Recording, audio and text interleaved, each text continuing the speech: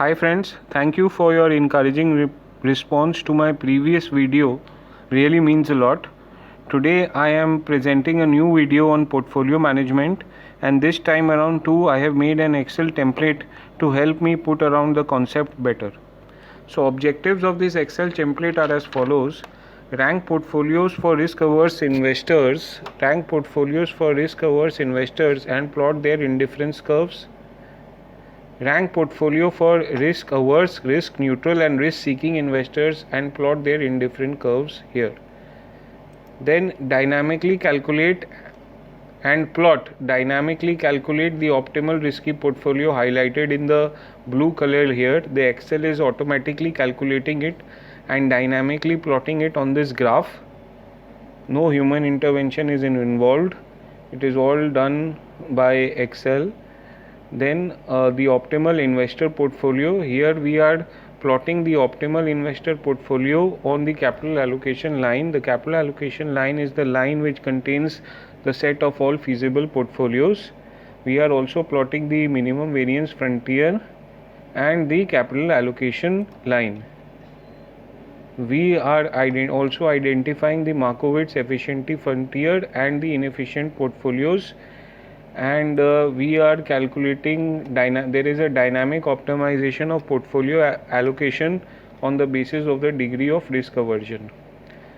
So without wasting much time, we should start our business. Now let us come to the ranking of portfolios on the basis of the degree of risk aversion. So the utility of any risk averse investor is given by utility is equal to expected return minus 1 by 2 into HD square, where A is the risk aversion coefficient. Higher the A, higher the degree of risk aversion, lower the A, lower the degree of risk aversion. Now we have two portfolios, portfolio 1 and portfolio 2. We have calculated the utility of each of these portfolios, and these utilities have given rise to these indifference curves.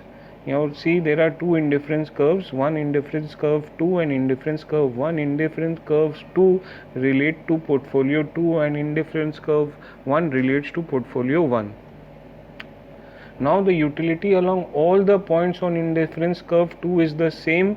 Utility along all the points of indifference curve 1 is the same. Right. So the utility on all points of IC2 is 9.02. Utility on all points of IC1 is 5.06. Now any investor will obviously choose IC2 and not IC1 because it has a higher utility.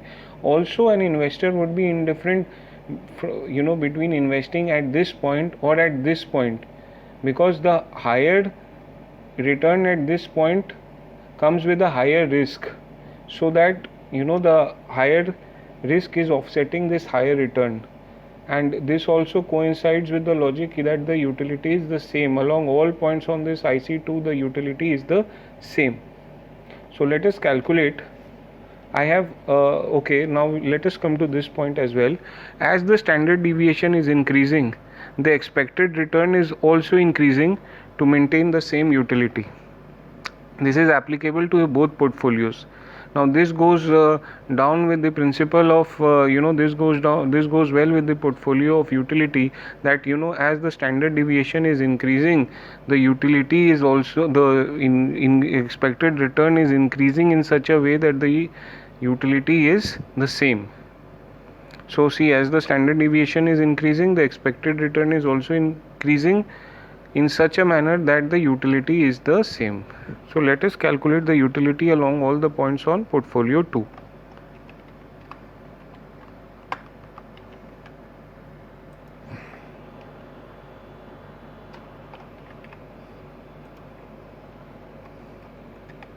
So it's 9.02%. The utility of portfolio 2 is 9.02%, and at all points the utility is 9.02%. Now let us see. Let us change the risk aversion coefficient. Now you will still prefer portfolio 2. You can keep increasing the risk aversion coefficient and rank portfolios as per the degree of risk aversion. Now let us come to the second objective. See, a risk, we have already discussed about the risk averse investor. Now we will discuss about the risk neutral investor. Risk neutral investor only cares for the return, he does not care of the risk. So his expected return is equal to his utility. So higher the expected return, higher the utility, so he will choose a portfolio with the highest expected return. So currently now he is choosing portfolio 2. So let me increase the return for portfolio 1. Now see, he likes portfolio 1 more. Now let us reduce it. Now he'll choose portfolio 2. You can see it here, it is dynamically changing. From portfolio 2, now he'll choose portfolio 1. And come to the risk seeking investor. Risk seeking investor will always choose a portfolio that has the highest standard deviation, because the risk seeking investor derives utility from risk. He derives utility from risk. So you see his utility will increase as the risk aversion coefficient will decrease. The utility of a risk seeking investor is always less than 0, because the slope of his indifference curve also has a negative slope, because his utility will increase as the utility will increase as risk will increase. So he will prefer a portfolio which has the highest standard deviation. Now he is choosing portfolio 2. Let me increase the standard deviation of portfolio 1. Now see, he'll choose portfolio 1. Now we'll reduce it to 13%. So he'll choose portfolio 2. Now let us look at the slope. Let us look at the slope of the risk averse investor. As I increase the degree of risk aversion, look at what happens to the slope. Look at the blue line here. See, it is moving northwards. As I'll increase this line will move northwards, increasingly moving northwards. Now let us set it back to 1 and look at the risk aversion. Look at the indifference curve for the risk averse investor, risk seeking investor, the red line. So as I am reducing the risk aversion coefficient, look at what happens to the red line. So it is having a more negative slope now. Basically, the risk aversion coefficient is amplifying the effects of standard deviation. So a positive one is reducing the utility, and a negative risk aversion coefficient is increasing the utility.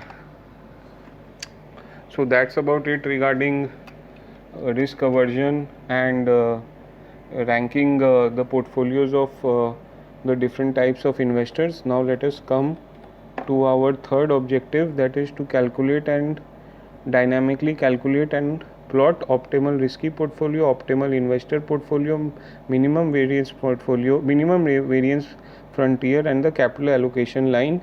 And we will also be discussing the global minimum variance portfolio.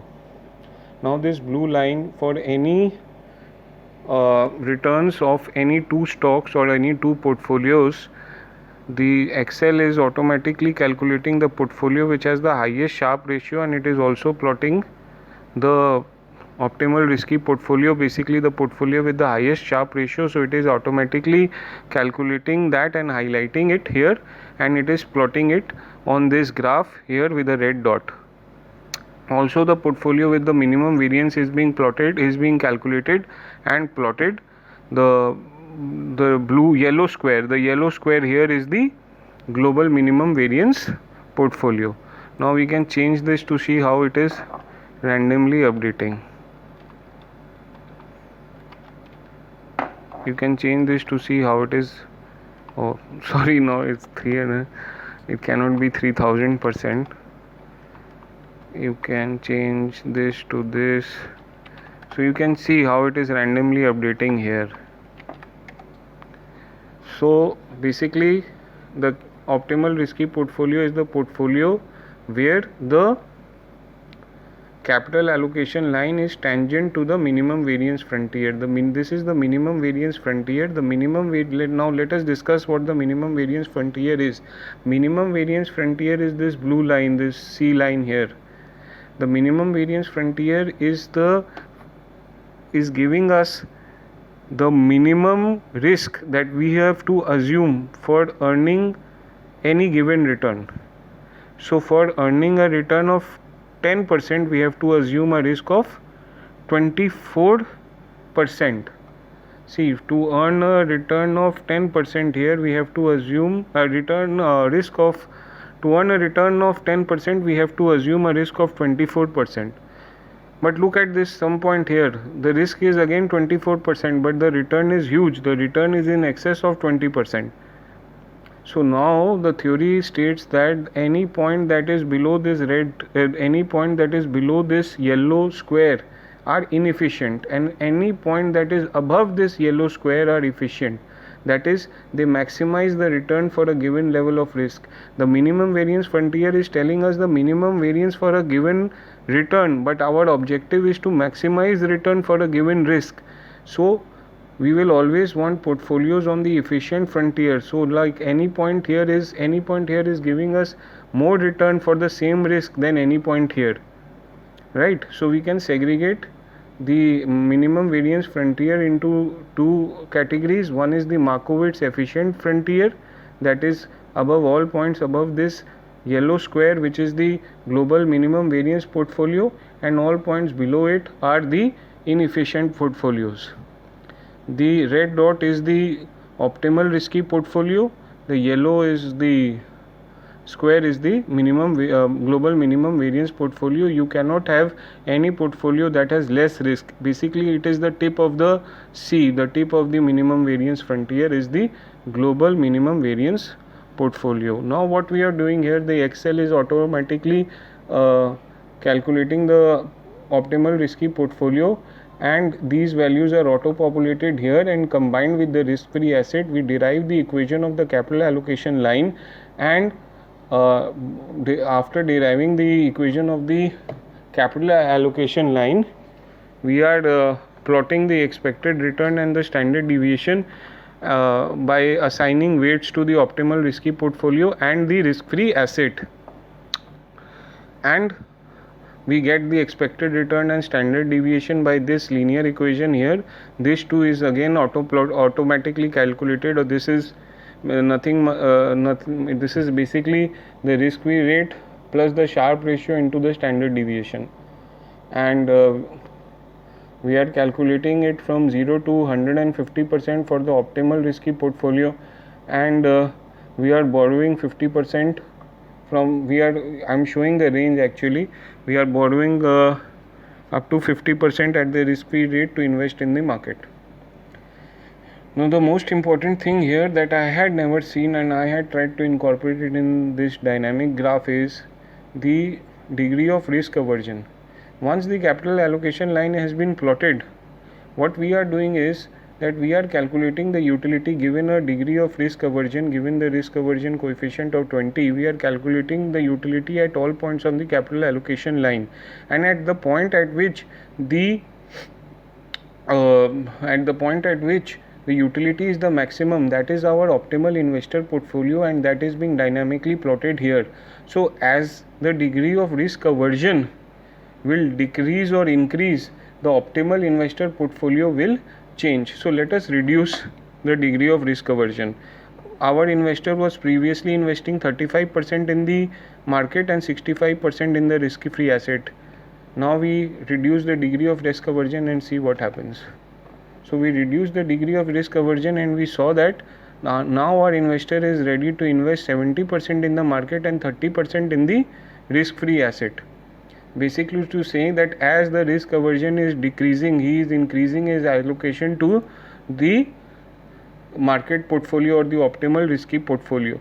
Now we can reduce it even further, and we see now he's at a point where he is borrowing at the risk free rate and investing 140% in the optimal risky portfolio. Basically the optimal the degree of risk aversion is deciding how much an investor will where an investor will be on the capital allocation line, and that is why we had a discussion on the degree of risk aversion and the type of investors that are there in the market. So that's about it, guys. Adios amigos. I'll catch you later. If